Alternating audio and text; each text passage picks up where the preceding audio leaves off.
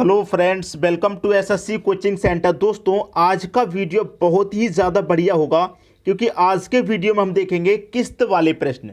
ठीक है, तो मैं आपको दोनों ही बातें बताऊंगा। एक तो बात बताऊंगा किस्त वाली और एक बताऊंगा उधार वाली। ठीक है, दोनों ही बातें सिखाऊंगा, तो वीडियो को पूरा देखिएगा। सबसे पहले देखेंगे हम किस्त वाले प्रश्न। चक्रवृद्धि ब्याज पर कोई धन लिया गया है, उसकी किस्त कैसे दी जाती है वो सीखना है। तो पूरा वीडियो देखिएगा, सब कुछ समझ में आएगा। तो चलिए स्टार्ट करते हैं। पहला प्रश्न है, एक बिल्डर द्वारा ली गई राशि का 4% वार्षिक चक्रवृद्धि ब्याज की दर से 2 वर्षों के अंत तक 2520 रुपए की राशि 2 बराबर किस्तों में चुकाता है, तो प्रत्येक किस्त कितनी है। आपको इन प्रश्नों के लिए जो सबसे ज्यादा जरूरत है वो है आपको रेट की। रेट कितना दे रखा है? 4%। बस रेट की जरूरत है सबसे ज्यादा। रेट 4% का है और रेट की 4% की फ्रैक्शन वैल्यू क्या होती है? 4 लिखेंगे। परसेंट का मतलब बटे में 100 होता है, तो 4 एकम 4 कटेगा, 4 से कटेगा 100 25 बार में, तो इसकी फ्रैक्शन वैल्यू होती है 1/25। ठीक है, 1/25 इसकी फ्रैक्शन वैल्यू होती है। अब देखिए करना क्या है, 25 को और 1 को हम जोड़ेंगे, कितना हो जाएगा? 26 हो जाएगा। ठीक है, अब 26 के ऐसे फैक्टर कीजिए, 26 के फैक्टर कीजिए। 26 के फैक्टर क्या होते हैं? 13 गुने 2। जो संख्या ऑप्शन में 13 से भी कट जाए, 2 से भी कट जाए, तो 26 से भी कट जाएगी। अगर आपको 26 का पहाड़ा आता है तो फैक्टर मत कीजिए, फिर 26 से कटा करके देख लीजिए। फैक्टर मैंने इसलिए किया क्योंकि 26 का पहाड़ा बहुत बच्चों को नहीं आता होगा, तो वो 13 से कटा के देख लेंगे, 2 से कटा के देख लेंगे। क्लियर है ना इतना? अगर संख्या बड़ी है तो 26 का स्क्वायर कर लो। 26 का स्क्वायर कितना होता है? 676 होता है, तो 26 के स्क्वायर से कटा करके देख लो। ठीक है, जो कट जाएगा वही आंसर। अब मैं तो 26 का पहाड़ा से नहीं, पहले आपको 2 से और 13 से कटा के दिखाऊं। 2 से वो सभी संख्याएं कटती हैं जिनका इकाई अंक सम होता है, तो यहां पर 7 5 3 पहला ही ऑप्शन ऐसा है जिसका इकाई अंक सम है, ये 2 से कटेगा, तो ये 13 से भी कटना चाहिए। 2 से कट गया, 13 से भी। 13 कम 13, 13 चौका 52, 13 से भी कट गया, ये 13 से भी कट गया, 2 से भी कट गया, इसका मतलब 26 से भी कट जाएगा, तो ये क्या आ गया? 26 का, ये आपका 26 से भी कटेगा। तो प्रत्येक किस्त कितनी है भाई? 2600 रुपए की है पहली किस्त। क्लियर है? पहली किस्त कितने की है? 1352 रुपए की है। ये आपका आंसर आ गया। देखिए 26 का स्क्वायर किया हमने 676, 676 से कटाएंगे तो 2 बार में कट जाएगा। 676 से 1352 2 बार में कट जाएगा। 26 से भी कट रहा है, 13 से भी, 2 से भी, 676 से भी कट रहा है। तो हमें क्या करना है, जो सबसे महत्वपूर्ण बात है वो ये है, हमारे पास रेट होना चाहिए। रेट की हम फ्रैक्शन वैल्यू करेंगे, जोड़ लेंगे। जोड़ लिया, ठीक है, 26 आए, 26 से कटा लो बस। 26 का पहाड़ा अगर ज्यादा है फैक्टर कर लो उसके, बस कटा लीजिए, आंसर आ गया। तो बात सभी की समझ में आ गई, कोई भी बात मिस नहीं है। आगे पूरा वीडियो देखेंगे, सब कुछ समझ में आएगा। अब देखते हैं अगला प्रश्न। अगला प्रश्न है, एक आदमी 10% चक्रवृद्धि ब्याज की दर पर 2100 रुपए का ऋण लेता है। हर वर्ष के अंत में उसे बराबर किस्त देनी पड़ेगी कि 2 वर्षों में ऋण का भुगतान हो जाए। 2 वर्षों में ही ऋण का भुगतान हो जाए। हमें सबसे ज्यादा जरूरत क्या है? रेट की जरूरत है, मैं आपको बता चुका हूं। तो रेट हमारे पास क्या है? यहां पर 10% का है। इसकी फ्रैक्शन वैल्यू क्या हो जाएगी? 10 लिखेंगे। परसेंट का मतलब बटे में 100। 10 से कम 10, 10 से 100 कटेगा, 10 बार में 1/10। क्या करेंगे? जोड़ के लिखेंगे, 10 और 1 11। अब 11 के फैक्टर करेंगे तो होंगे नहीं, 11 के फैक्टर तो नहीं होंगे, 11 एकम 11। ठीक है, तो 11 से कटा के देख लो सीधा सीधा कौन संख्या कटेगी।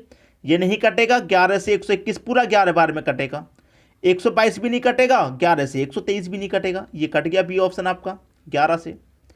क्लियर है? 11 का स्क्वायर काट के करके देख लो, 11 का स्क्वायर 121 होता है, तो 121 से 121 पूरा एक बार में कट गया।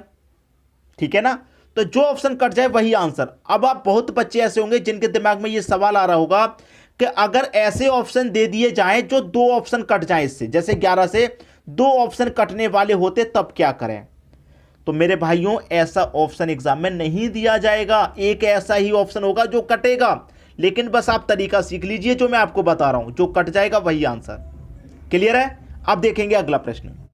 अगला प्रश्न है, 12,300 रुपए की राशि का ऋण 6% 5% वार्षिक चक्रवृद्धि ब्याज की दर से हर वर्ष के अंत में 2 समान किस्तें देकर चुकाता है, तो प्रत्येक किस्त की राशि ज्ञात करें।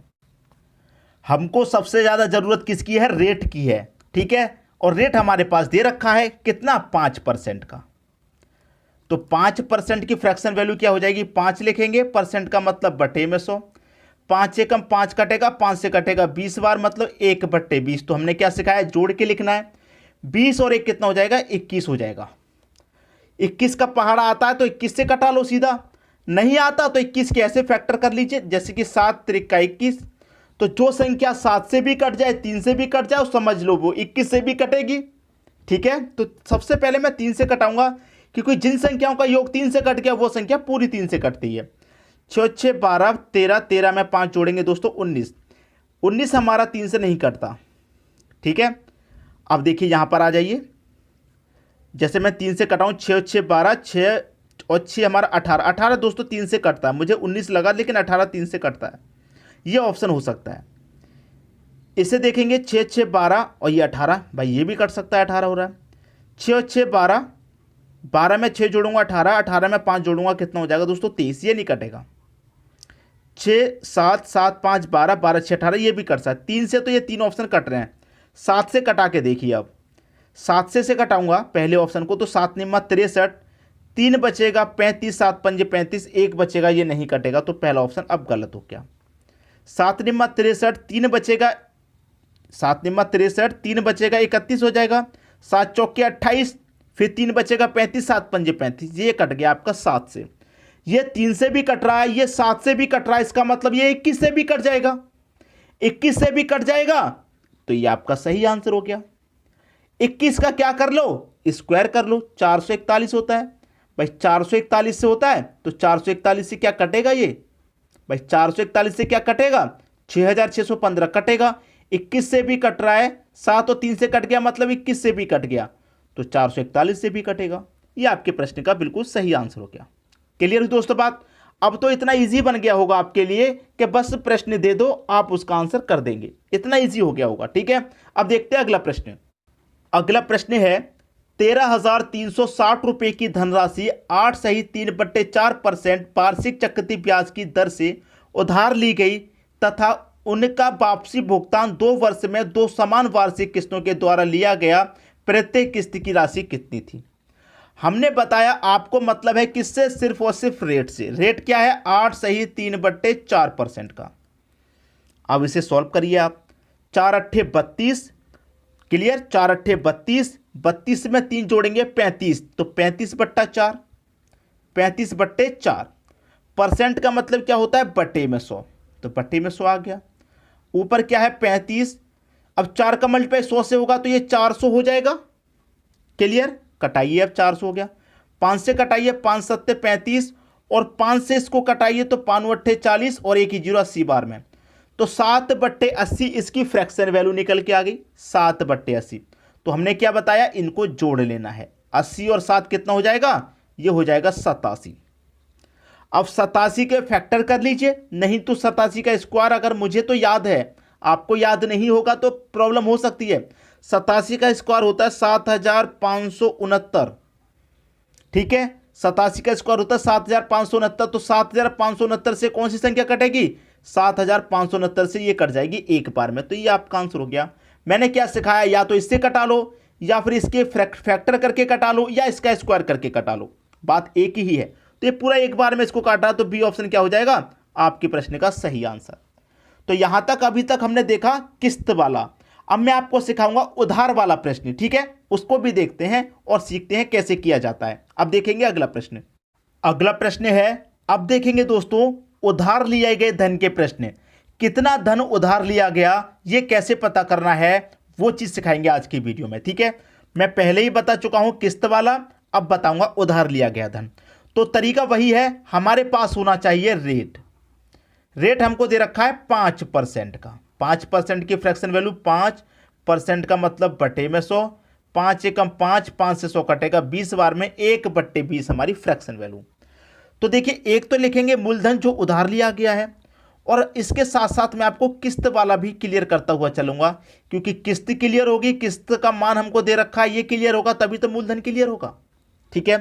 तो नीचे वाली वैल्यू हमारी मूलधन होती है, अच्छे से पढ़ा है, तो मूलधन हमारा 20 हो गया। 20 का मल्टीप्लाई कर देंगे, 20 में 1 जोड़ दूंगा 21 हो जाएगा। 20 रुपये पर 1 रुपये किस्त, इस तरीके से होता है। ठीक है, तो 20 में 1 जोड़ दिया 21। अब यहां पर मैं क्या करूंगा, हमारा किस्त कितना, 20 में 1 जोड़ दिया तो 21 रुपये किस्त, तो ये हो गया हमारा 21 गुने 21। क्लियर है। अब देखिए यहां पर मैं इसका स्क्वायर लिखूंगा तो 20 का स्क्वायर 400 और 20 का मल्टीप्लाई 21 से करूंगा तो ये कितना हो जाएगा, 20 का मल्टीप्लाई 21 से करने पे 21 दूनी 42 जोड़ देंगे और एक ही 0 420। यहां पर मैं 21 का स्क्वायर करूंगा 441 होता है, फिर यहां पर करूंगा 21 का और 21 का मल्टीप्लाई ये भी 441 होता है, तो इसे हम जोड़ देंगे। 400 420 कितना हो गया, ये हो गया हमारा 820। 441 441 ये हो गया हमारा 882। अब देखिए हमारा जो किस्त का मान है वो कितना है, 882 है और 882 ही निकल के आया। ये कितने पर निकल के आया, 820 पर। इसका मतलब मूलधन हमारा कितना रहा होगा, जो उधार ली गई राशि है वो कितनी रही होगी, 820। लेकिन 1 वर्ष का ही तो किस्त है ये, तो 1 वर्ष का ही धन है। बात कही है उसने कितने की, 2 वर्ष की। जब 1 वर्ष में 820 तो 2 वर्ष में कितना हो जाएगा, 2 गुना हमारा 1640 हो जाएगा कि नहीं भाई। 1640 हमारा धन है, 1640 हमारा उधार लिया गया धन है। 1640 हमने धन उधार लिया गया था, तब उसकी 1 साल की किस्त हमारी 882 रुपये थी। 1640 सही आंसर होगा, 1640। ठीक है, क्लियर हुई दोस्तों बात, सभी को प्रश्न समझ में आ गया। इसी टाइप का एक और प्रश्न देख लेते हैं तो कोई समस्या आपको नहीं बनेगी। ठीक है, अब देखते हैं अगला प्रश्न। अगला प्रश्न है, कोई धन उधार लेकर 121 रुपये वार्षिक 2 किस्तों में चुकाया गया। यदि चक्रवृद्धि ब्याज की दर 10% वार्षिक हो तो कितना धन उधार लिया गया। कितना धन लिया गया था नहीं पता, हमारे पास होना चाहिए सिर्फ और सिर्फ रेट 10% का है तो 10 लिखेंगे, परसेंट का मतलब बटे में 100, 10 एकम 10, 10 10 से 100, 1/10। तो हमें मूलधन बताना है और एक हमें किस्त भी साथ के साथ क्लियर करूंगा। ठीक है, मूलधन हमारा कितना होगा 10 और 10 में 1 जोड़ देंगे तो 11। किस्त हमारी कितनी है, 10 में 1 जोड़ देंगे तो 11 और 11 से गुना करेंगे। अब इसका स्क्वायर करूंगा मैं 100 हो जाएगा और 10 का मल्टीप्लाई 11 से करूंगा और इसको जोड़ दूंगा पिछले क्वेश्चन की तरह, 11 धाम में 110। इसका स्क्वायर करूंगा 121 और इन दोनों का मल्टीप्लाई करके जोड़ दूंगा तो ये भी 121 हो जाएगा। तो 100 और 110 ये कितना हो जाएगा, 210 और ये कितना हो गया 121, 121 ये कितना हो गया, ये हो गया हमारा 121 121 242। तो 210 हमारे कितने के बराबर है भैया, 242 के बराबर है। क्लियर है, 242 के। तो मूलधन हमारा कितना है 210 रुपये और ऑप्शन में देखेंगे पहले ही ऑप्शन में दे रखा है 210। ठीक है, पहले ही ऑप्शन में। अब आप कहेंगे सर पिछले क्वेश्चन में आपने इसका राशि का 2 गुना किया था, यहां पर 2 गुना करने की जरूरत है ही नहीं है, 2 गुना करने की जरूरत बनी नहीं रही है क्योंकि यहां पर 1 महीने का ही दे रखा, सीधा सीधा 210 रुपये हमारा धन उधार लिया गया था। ठीक है, 210। अगर 210 ऑप्शन में नहीं होता तो फिर हम इसका गुना करते, 420 होता और 420 भी ऑप्शन में नहीं होता तब भी गुना करते, 880 होता। क्लियर, इस तरीके से। तो मैंने पहले ही बोला था अगला प्रश्न और देख लेंगे तो सारे डाउट्स क्लियर हो जाएंगे। अब किसी को भी कोई समस्या इस प्रश्न में नहीं होगी। वीडियो सभी को बहुत पसंद आया होगा, दोस्तों में शेयर कर दीजिए, शेयर नहीं रुकना चाहिए दोस्तों। ठीक है, वीडियो देखने के लिए आपका बहुत बहुत धन्यवाद।